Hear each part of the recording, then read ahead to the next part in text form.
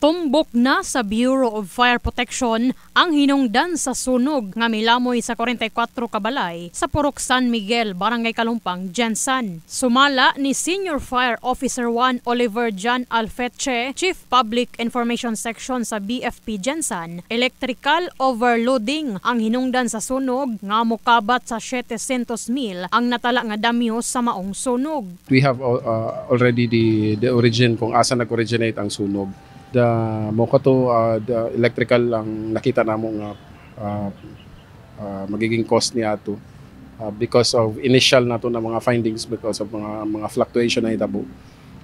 Mga victims niya ni mo sa palibot niya, mga family report niya no, kay compound ba nang na-situate ang ato ang sunog. Nasayran nga dikit-dikit ang mga balay sa Purok San Miguel, rason nga paspas mikatag ang kalayo ug walay nasalbar nga gamit ang mga residente. Tungod ni ini, ang pahimangno ni Senior Fire Officer 1 Alfeche. Ang ato ang mga mga wirings no, every now and then kailangan ginato siya i-check. We have to check it regularly. If ever na mga sparks na mga hitabo when we kadang i-plug na to ato mga appliances, sabihin nagi problema atong connections no.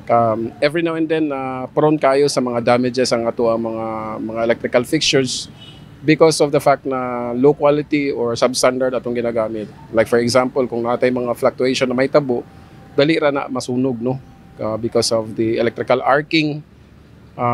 Open ang mga wirings na to that would cause lagi na maburn ang mga insulators sa atong wires. So make sure gyud na gamit lang gyud ta og mga standard na mga gamit sa kuryente kay mura gyud na solusyon no. Gani padayon usab ang pagtabang sa barangay sa mga nasunugan, pinaagi sa paghatag kanila og tag 25 kilos nga bugas ug aduna usab cash assistance ang gipanghatag nga gikuha matud pa sa calamity fund sa barangay. Kahinumdumang anaa sa 44 ka pamilya ug kapin 30 ka mga panimalay ang naapektuhan sa sunog sa maong lugar. In the heart of changing lives, kini si Brigada Enami Mugpon sa Brigada News Jensan. Brigada News.